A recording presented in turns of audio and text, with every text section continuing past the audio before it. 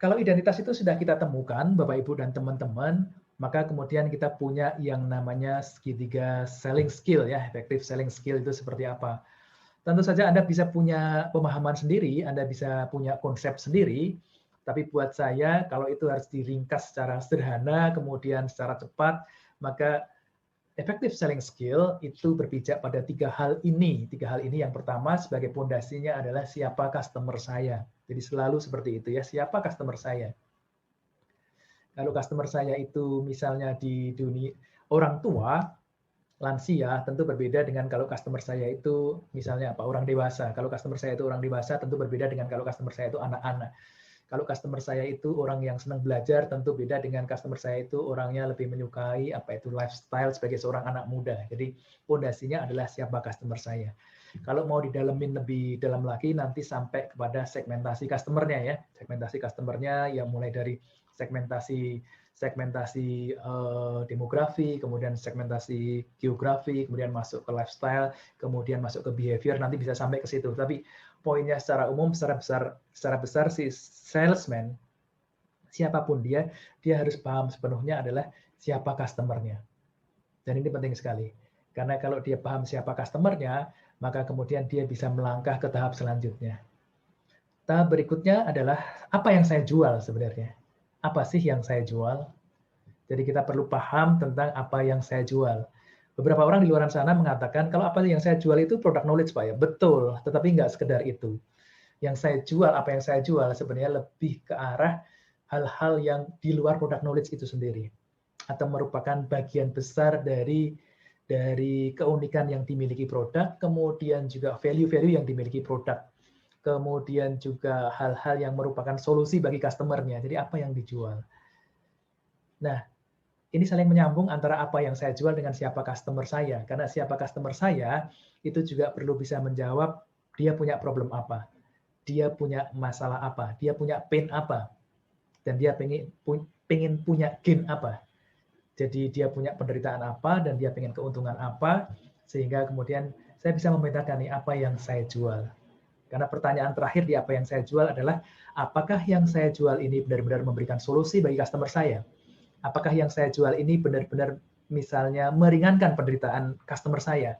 Apakah yang saya jual ini benar-benar memberikan benefit untuk customer saya? Jadi apa yang saya jual tidak hanya bicara masalah product knowledge, tapi bicara masalah bagaimana produk itu memberikan value kepada customer, kemudian juga bagaimana produk itu bisa menjadi solusi buat permasalahan customer, bisa meringankan atau meminimalkan penderitaan customer, kemudian juga memberikan manfaat besar bagi customer. Yang ketiga adalah bagaimana menjualnya. Bagaimana menjualnya tentu kita nanti bicara promosi, kemudian kita bicara channel distribution, dan lain sebagainya. Tapi saya meringkasnya menjadi tiga hal yang sederhana ini. Yang pertama adalah siapa customer saya, kemudian apa yang saya jual, kemudian bagaimana saya menjualnya. Dan meskipun kelihatannya sederhana, tapi banyak orang di luar sana, salesman di luar sana, yang mungkin kadang-kadang kurang memahami siapa customernya. Saya berikan contoh. Pada saat saya berada di dunia otomotif, kemudian customer saya kebingungan pada saat dia harus approach ke salah satu dealer, kemudian saya mengajukan pertanyaan yang di bagian bawah ini, segitiga bawah ini. Pak, sebenarnya Bapak customer-nya siapa sih? Dan dia bisa-bisanya menjawab bahwa customer saya adalah orang-orang yang nanti akan membeli produk otomotif saya. Dan saya mengatakan itu adalah customer-nya dealer, tapi itu bukan customer Bapak. Ya customer Bapak ya sebenarnya adalah orang-orang di dealer itu yang menerima produk kita. Jadi meskipun kelihatannya sederhana, meskipun kelihatannya simpel, di luar sana tidak banyak orang yang benar-benar memahami siapa sih customer-nya. Dan pada saat dia memahami customer-nya yang lebih dalam lagi, memahami penderitaannya, memahami manfaat yang dia inginkan, kemudian juga memahami perilakunya, memahami karakternya, dan lain sebagainya, dia perlu dalamin itu semua. Jadi siapa customer saya, kemudian apa yang saya jual, kemudian juga bagaimana saya bisa menjualnya.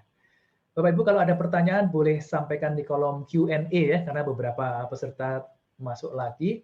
Kemudian di sana Anda boleh bertanya, nanti kita bisa berdiskusi. Tentu Anda pun punya pengalaman-pengalaman yang banyak di dunia selling, saya meyakini seperti itu. Sehingga nanti kita bisa berdiskusi lebih banyak lagi. Nah, apapun produk kita, apapun jasa kita, tentu saja menjual, saya mendefinisikan secara sederhana itu adalah memberikan nilai tambah. Pada saat saya menjual sebuah produk atau pada saat saya menjual sebuah jasa, sebenarnya saya memberikan nilai tambah kepada produk saya, kemudian saya juga memberikan nilai tambah kepada jasa yang saya berikan. Artinya apa? Artinya kalau produk saya itu tidak berbeda dengan produk kompetitor, kalau produk saya tidak berbeda dengan produk orang lain, maka kemudian orang lain akan pergi. Karena orang lain tidak mendapatkan nilai tambah itu. Sehingga siapapun yang bertugas di bagian penjualan, salesman atau siapapun, termasuk saya saat ini ya, kalau ketemu dengan beberapa klien, ketemu dengan GM, ketemu dengan direksi, juga saya bertanya, di skema sistem atau kerangka pelatihan atau kerangka konsultasi saya, apa nilai tambah yang saya berikan? Apa nilai tambah yang bisa diterima oleh klien saya? Apa nilai tambah yang bisa diterima oleh customer saya? Nah, sekali lagi, di luar sana juga kadang-kadang ada salesman yang mengatakan, ya buat saya produk saya seperti ini Pak, dikirim dari toko seperti ini, dikirim dari pabrik seperti ini. Dan manajemen perusahaan, kemudian manajemen pabrik tidak memberikan nilai tambah yang lain, sehingga saya sulit untuk bisa memberikan nilai tambah kepada customer. Nah ini serunya ini. Pada saat kita memang tidak berwenang untuk atau tidak bisa untuk mengutak-atik produknya atau tidak bisa lagi melakukan modifikasi terhadap produknya, tentu saja nilai tambahnya adalah kita sebagai penjual itu. Misalnya teman-teman yang di produk asuransi tentu memahami kalau asuransi ya seperti itu, dengan segala klausulnya Anda nggak bisa kutak-kutik lagi, Anda nggak bisa modifikasi lagi karena memang seperti itu dengan satu aturan yang sangat ketat. Tetapi kemudian sebagai penjualnya, sebagai financial consultant, sebagai penjual asuransinya, tentu Anda bisa memberikan nilai tambah yang paling gampang dan paling jelas adalah lewat diri Anda sendiri sebagai penjualnya. Misalnya Anda menjadi penjual yang memberikan informasi jelas, Anda menjadi penjual yang memberikan informasi lengkap, Anda menjadi penjual yang siap membantu. Seorang sahabat saya kalau jam 11 malam kemudian customer-nya, nasabahnya itu komplain dan minta untuk dia datang ke rumah sakit, dia bisa datang ke rumah sakit itu ya untuk menemani kliennya. Nah, itu adalah nilai tambah yang dia berikan karena orang lain tidak melakukan itu. Jadi nilai tambahnya tidak selalu dari produknya, tetapi juga bisa jadi dari salesman-nya, dari mereka-mereka yang membawa produk itu kepada customer, membawa produk itu kepada klien, membawa produk itu kepada nasabahnya. Maka baik lagi, apapun produk yang kita jual, apapun jasa yang akan saya berikan, saya perlu berpikir 1 kali, 2 kali, 3 kali, 4 kali, bahkan berkali-kali, apa sih nilai tambah yang saya berikan? Apa yang membedakan saya kemudian dengan kompetitor? Apa yang membedakan produk saya dengan produk yang lain? Kalau produk itu kemudian saya jual, sementara produk yang sama juga dijual oleh orang lain, apa nilai tambahnya?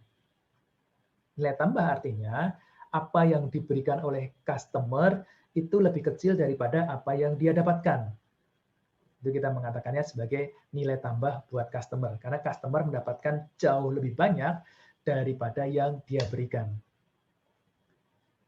Nah, pada saat nilai tambah itu sudah kita miliki, maka penjualan yang kita jalankan, penjualan yang kita lakukan bisa lebih efektif lagi. Karena apa? Karena kita sudah memberikan nilai tambah di sana.